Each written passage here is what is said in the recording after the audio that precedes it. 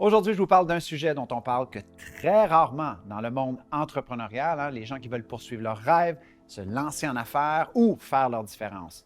De quoi est-ce que je parle? Je parle des différentes formes de distorsion cognitive dans le monde entrepreneurial qui peuvent énormément vous nuire si vous n'en avez pas conscience. Je ne sais pas si vous avez remarqué, mais pendant la pandémie mondiale, on a observé beaucoup de personnes qui avaient eu des crises de sens, des gens qui cherchaient une nouvelle raison d'être, remise en question professionnelle, des gens qui voulaient quitter leur emploi de façon massive et peut-être se lancer en affaires. Ces gens-là, dans beaucoup de cas, on fait des recherches sur comment vivre de leur passion, comment se lancer, développer une idée, développer une offre, apprendre à vendre leurs services, ce qui est très bien, ce sont toutes des choses qu'on doit apprendre, mais que dans beaucoup de cas, ces gens-là se sont retrouvés à la case départ encore. Très souvent, ce que ces gens-là n'ont pas compris ou ce qu'on a fait comme erreur de parcours, parce qu'on n'en parle pas assez souvent, si vous avez commis ces erreurs-là, pas de culpabilité, je vais vous expliquer en fait, c'est qu'on n'a pas compris que l'information que l'on consommait et surtout la façon dont on allait traiter l'information qu'on consommait, soit pour nous rapprocher de notre rêve, ou soit en cours de route, ce que l'on allait expérimenter, la façon dont on allait traiter l'information allait dans bien des cas déterminer le succès ou non de notre projet. Si ça vous est arrivé de vous retrouver dans une situation comme ça où vous connaissez une personne qui a traversé ce genre de situation-là, pas de culpabilité comme j'ai dit, mais c'est aussi la raison pourquoi je vous explique aujourd'hui 5 distorsions cognitives les plus populaires que j'ai vues au cours des 20 dernières années à accompagner des centaines et des centaines d'entrepreneurs. Votre boulot, c'est d'en prendre conscience et numéro 2, voir comment vous pouvez traiter différemment maintenant l'information si une de ces situations-là revient dans votre quotidien. Je vous garantis que ça va accélérer de façon notable la poursuite en direction de vos rêves. Alors, sans plus tarder, on regarde ces 5 distorsions cognitives ensemble.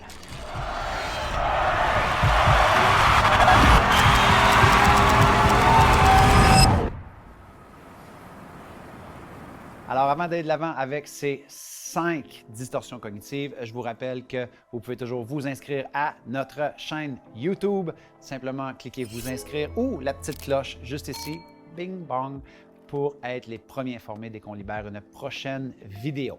Alors maintenant, d'abord, qu'est-ce qu'une distorsion cognitive? Donc, c'est un terme en fait qui avait été mis à jour par un psychiatre qui s'appelle Aaron Beck. Et en fait, c'est quoi une distorsion cognitive? En fait, c'est notre façon de traiter l'information qui très souvent passe à travers d'une erreur de pensée prévisible, qui dans la grande majorité des cas va être liée à une pensée négative, une émotion négative ou tout simplement à de la stagnation. Donc, si c'est un schéma répétitif dans notre façon de traiter l'information qui vient à nous et qu'on se met à faire des prédictions là-dessus constamment et que ça nous garde dans des émotions négatives, des pensées négatives ou dans une certaine forme de stagnation, vous avez bien compris que ça peut tuer dans l'œuf, dans l'embryon, tout projet, tout changement que l'on veut faire au quotidien. Donc, c'est pour ça que c'est important de comprendre les 5 distorsions suivantes. Première distorsion cognitive, c'est celle du tout ou rien, qui est une énorme distorsion chez les gens qui veulent se lancer en affaires comme dans les gens qui sont des entrepreneurs.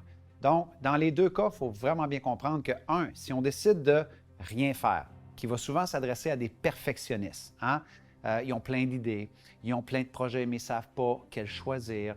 Ils ont plein de choses qu'ils veulent mettre en place, mais ils ne savent pas par quoi commencer. Donc, ces gens-là vont préférer nourrir cette idée-là que la raison pourquoi ils ne passent pas à l'action, rien, c'est parce qu'ils ont trop d'idées, ils ont trop de choses, ils ont trop de passion. Mais derrière cela, qu'est-ce qu'ils font? Ils font surtout inconsciemment de l'évitement par rapport à une anxiété qu'ils ne veulent pas affronter ou peut-être un constat d'échec. Et je vais y revenir dans quelques instants. Maintenant, les gens qui sont plus dans une psychologie du tout, les gens qui démarrent souvent des projets sur les chapeaux de roue, énorme passion, énorme lune de miel, ils achètent tous les volumes, toute la formation. Ils ont un discours qui très souvent va ressembler à « cette fois-ci, c'est la bonne », cette fois-ci, c'est le vrai changement. Cette fois-ci, il y aura un avant ou un après. Donc, on mise all in le tout. Donc là, ça nous donne un sentiment de reprise en main, de contrôle, que là, on fait tout pour réussir. Et très souvent, ce que l'on va voir chez ces gens-là, c'est dès qu'il va y avoir du sable dans l'engrenage ou que, évidemment, on va peut-être briser la série d'actions, le tout parfait dans lequel on s'est engagé, rapidement, bien, il y a un biais de confirmation qui va se présenter et on va se dire « Ah, je faisais tellement bien, mais finalement, ce n'est pas pour moi. » Et finalement, on va revenir à la case départ en se disant « Mais j'ai tellement fait d'efforts, j'ai tellement fait ceci. » La réalité, c'est que dans les deux cas, très souvent, c'est quoi qu'on veut éviter? C'est qu'on veut éviter d'avoir à apprendre à gérer nos échecs, gérer notre anxiété, s'asseoir avec des zones grises, s'asseoir avec l'inconnu, apprendre à gérer l'incertitude. Et lorsqu'on a de la difficulté à comprendre cela et qu'on a une psychologie de tout ou de rien, eh bien, très souvent, c'est parce qu'on préfère beaucoup plus rester dans cette distorsion cognitive-là plutôt que d'avoir à affronter des constats d'échec, d'avoir à affronter la peur, de l'anxiété, du refus, où on va souvent revenir dans dire « je vais tout faire, je vais vraiment me lancer au maximum, là, ça va être la bonne ». Et même dans cette avenue-là, bien, on ne s'accorde pas le droit à l'échec, à des reculs, à des non, à des critiques. Et finalement, bien, on est dans un élément de stagnation. Okay? Donc, si vous êtes pris dans le tout ou rien, apprenez à vous exposer à l'incertitude, à des échecs, à de la critique. C'est tout à fait normal. Ça va faire partie de votre réussite et vous êtes beaucoup mieux de vous lancer dans l'imperfection, apprendre à vivre des expériences que d'essayer que tout soit parfait avant de vous lancer du style tout ou rien. La deuxième distorsion cognitive, c'est ce qu'on appelle l'inférence arbitraire ou la surgénéralisation. Elle affecte énormément de personnes qui se lancent dans des projets ou qui veulent avoir plus de succès dans leur entreprise. Okay? Ça consiste à quoi? Ça consiste à faire une conclusion hâtive, okay? Basée sur très peu d'éléments, peut-être une ou deux ou quelques tentatives, comme si ce qui venait de se passer, okay, ou comment je me sentais par rapport à ce qui venait de se passer, allait prédire complètement l'avenir ou mon monde de possibilités. Non. L'erreur que l'on fait très souvent ici, c'est de croire, dans notre distorsion cognitive, que si j'ai été mauvais à faire des vidéos les premières fois, si j'ai été mauvais à faire mon offre de service, à présenter mon produit, si j'ai été mauvais alors que j'étais en train d'essayer de monter mon site Internet, ceci, conclusion hâtive, je suis mauvais, c'est pas pour moi, je ne serai jamais bon. Avez-vous idée le nombre de freaking projets qui sont morts dans l'œuf en raison de cette distorsion cognitive? Alors, si vous avez pataugé dans cette distorsion cognitive-là, pas de souci. La clé ici, c'est quoi? C'est d'en prendre conscience et de ne pas tomber dans le piège de juger hâtivement et d'amener des conclusions après quelques tentatives, peu importe ce que vous essayez de mettre en place. Troisième distorsion cognitive que l'on voit qui nuit énormément à des entrepreneurs et des porteurs de projets, c'est la dramatisation ou la minimalisation. Qu'est-ce qu'on fait? Donc, qu'est-ce qu'on va faire avec la dramatisation? On va amplifier nos erreurs, on va amplifier nos moments difficiles et on va prendre un moment qui peut sembler peut-être banal ou qui devrait être banal et le rendre tellement important et le mettre sur un piédestal, un peu comme en faire du drame, de la dramatisation. Donc, imaginez un entrepreneur, un porteur de projet qui a tous les jours un refus, un non, une personne qui vous critique, un client qui annule quelque chose. Si vous mettez cela sur un piédestal et vous avez tendance à le dramatiser, ça va être une montagne russe émotionnelle la majorité du temps. Vous comprenez? Et maintenant, bien, la minimalisation, c'est que très souvent, cette distorsion cognitive-là vient avec son opposé. C'est que ces gens-là, qu'est-ce qu'ils vont faire? C'est qu'ils vont minimaliser leur talent, ils vont minimiser leur succès, ils vont minimiser tout commentaire positif de valorisation qu'on va leur donner. Et très souvent, des moments super heureux dans leur projet, dans leur entreprise, qu'est-ce qu'ils vont faire? Ils vont tout faire pour le rendre banal, le minimaliser.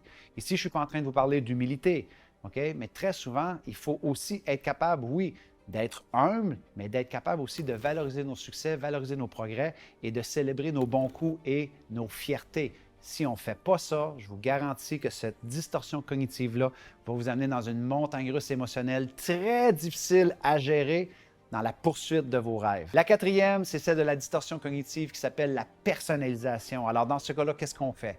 C'est qu'on devient maître à prendre la responsabilité sur des éléments extérieurs sur lesquels on n'avait absolument aucun contrôle.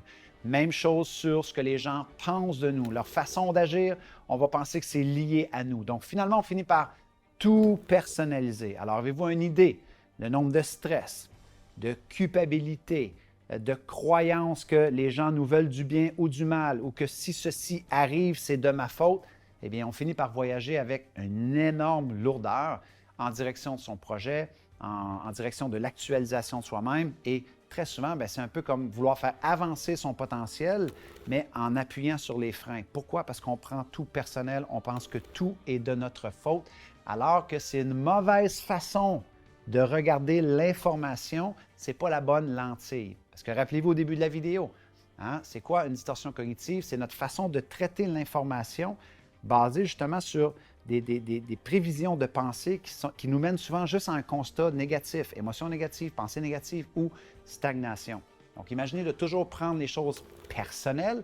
C'est sûr que ça peut nous amener énormément dans des pensées négatives, dans des émotions négatives et beaucoup de stagnation.